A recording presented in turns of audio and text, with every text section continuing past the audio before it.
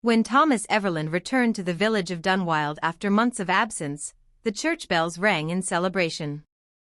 He had always been the village's golden son, handsome, brave, devout. When he left to fight in the border wars, the old women wept, the men raised tankards in his honor, and the children clung to his boots, begging for stories. Word of his death came 6 months later, ambushed in the woods, body never recovered. A priest confirmed it. The village mourned. So when he reappeared, alive, whole, and smiling, at the edge of the forest on a foggy morning, the villagers didn't question. They embraced him.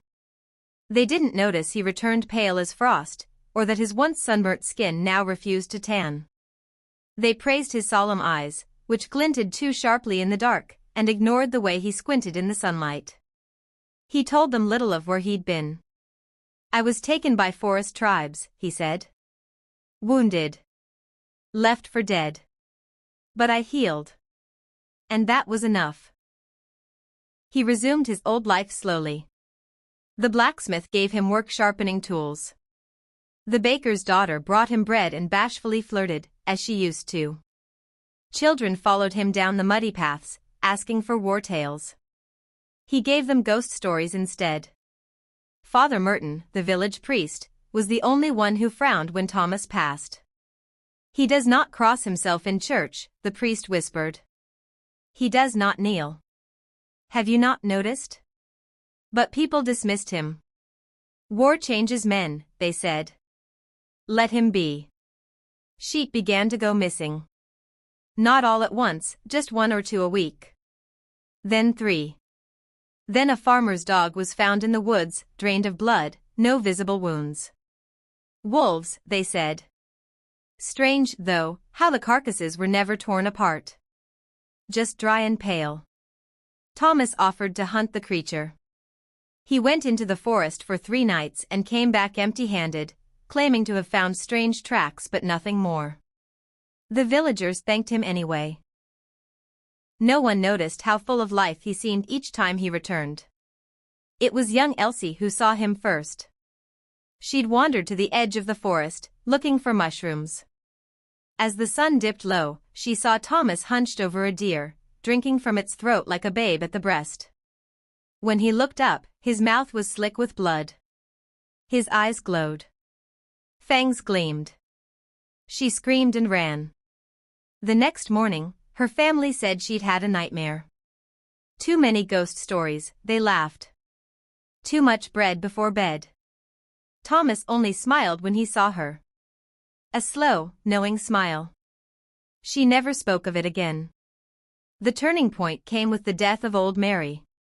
She lived alone on the hill, kept to herself, muttered strange things. One morning, she was found sprawled on her doorstep, cold and gray. No marks on her. No blood left in her body. Father Merton demanded a reckoning.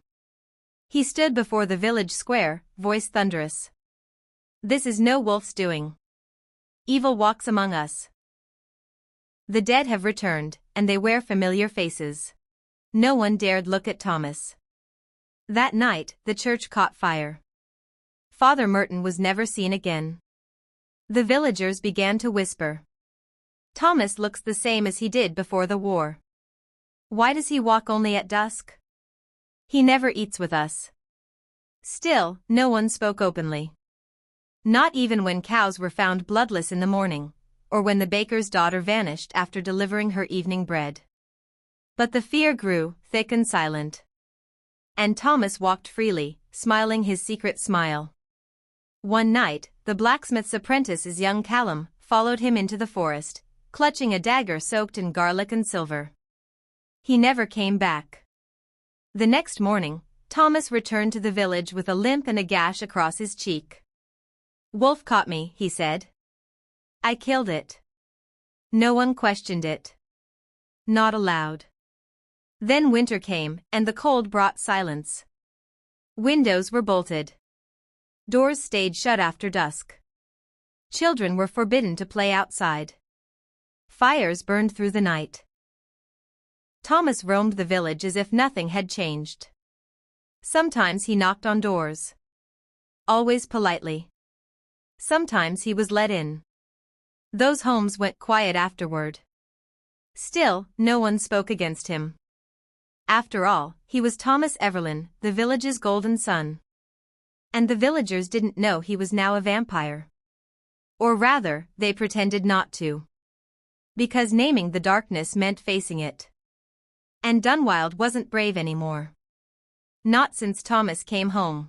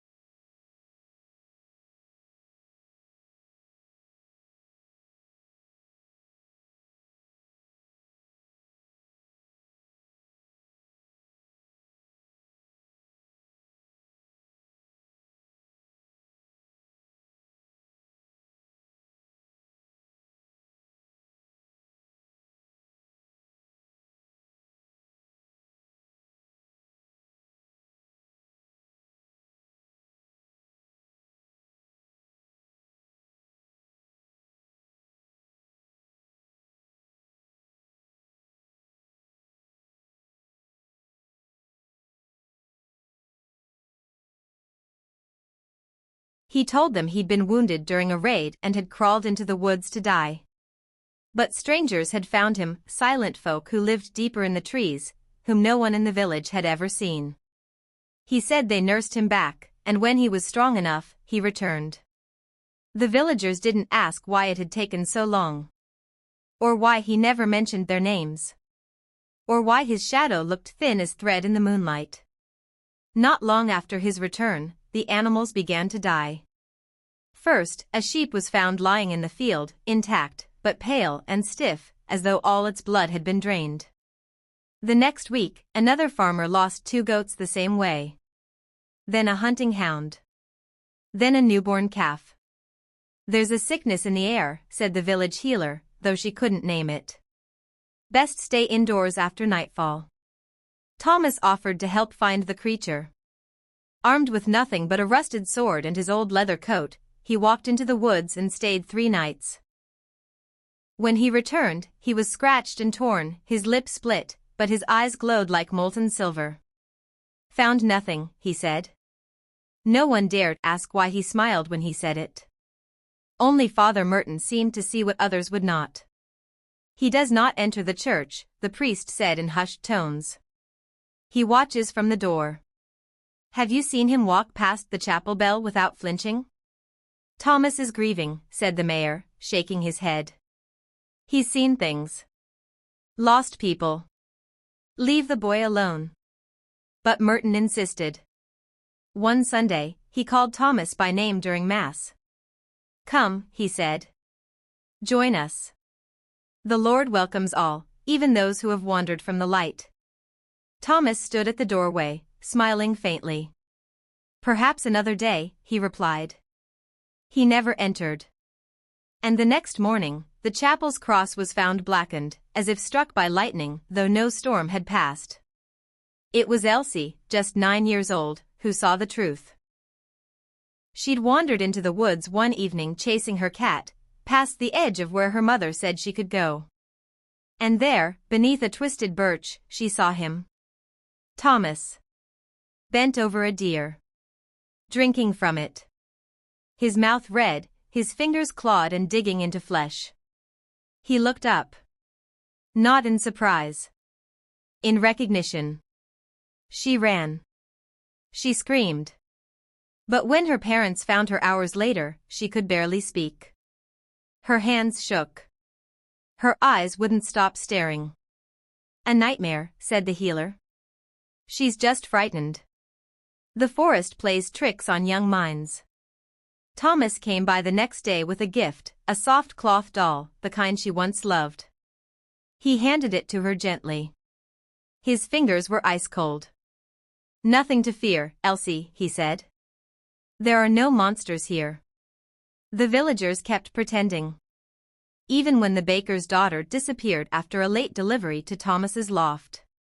Even when 3 men found the local drunk dead by the river, eyes open, throat unmarked, skin white as chalk. Even when they heard knocking on doors after midnight, soft, polite knocks, followed by whispers that echoed with a voice they all knew. The silence became survival. To name the evil was to call it closer. So they smiled at Thomas in the streets. They let him pass in peace. They told themselves he was still the boy who once saved a child from drowning in the millpond. Still the one who read scripture to the dying. They whispered to each other only in locked rooms. And never after dark.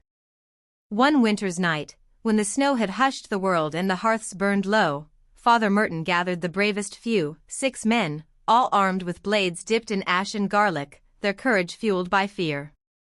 They meant to confront Thomas. They never returned. The next morning, the smithy's loft was burned to the ground, smoke curling into the sky like a warning. But from the woods, just beyond the village line, a figure watched the flames. Unafraid. Unharmed. Smiling.